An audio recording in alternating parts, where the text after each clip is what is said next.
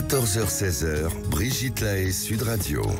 Alors Pascal Neveu, toute la semaine j'ai parlé des croyances dans la sexualité qu'on a tendance toujours à un petit peu normaliser.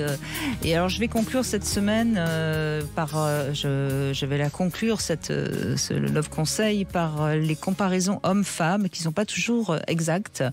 Et c'est bien aussi de tordre le cou à tout ça. Notamment les hommes ont plus de besoins sexuels que les femmes. C'est vrai pour certains, c'est pas toujours systématiquement vrai. Et c'est vrai que les hommes ont souvent tendance à se plaindre du manque de rapports sexuels, mais c'est parce qu'en fait, ils ont tendance à voir le sexe sous l'angle de la quantité.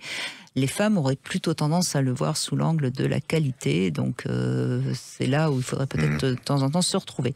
Bref, je voudrais dire juste que si les hommes amélioraient la qualité de la sexualité telle que les femmes auraient envie que ce soit, eh bien, peut-être qu'ils auraient plus de quantité. Voilà, c'est le message que je vous... C'est méchant pour les hommes.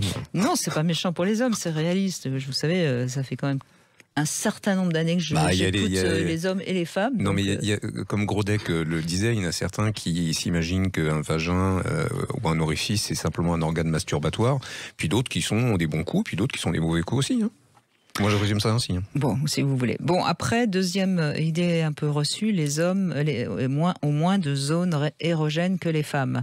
Je voudrais juste rappeler que toute la peau est érogène, mais bien souvent, en effet, les hommes vont se focaliser sur leur pénis, mais ils ont aussi des tas d'endroits sensibles ou qui aiment être caressés. Voilà, donc, bon, bref, je pourrais continuer la liste parce qu'elle est très longue, de toutes les idées reçues sur la différence sexuelle entre les hommes et les femmes.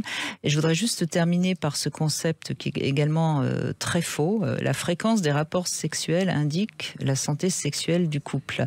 Alors ça, c'est archi faux. En revanche, l'intimité du couple est un bon paramètre de la santé du couple. Et quand j'appelle l'intimité du couple, ça veut dire l'envie de se toucher, la tendresse, l'envie de s'embrasser, l'envie d'être dans les bras de l'autre, de se confier, l'un de l'autre. Ça, c'est la santé du couple. Le nombre de rapports sexuels...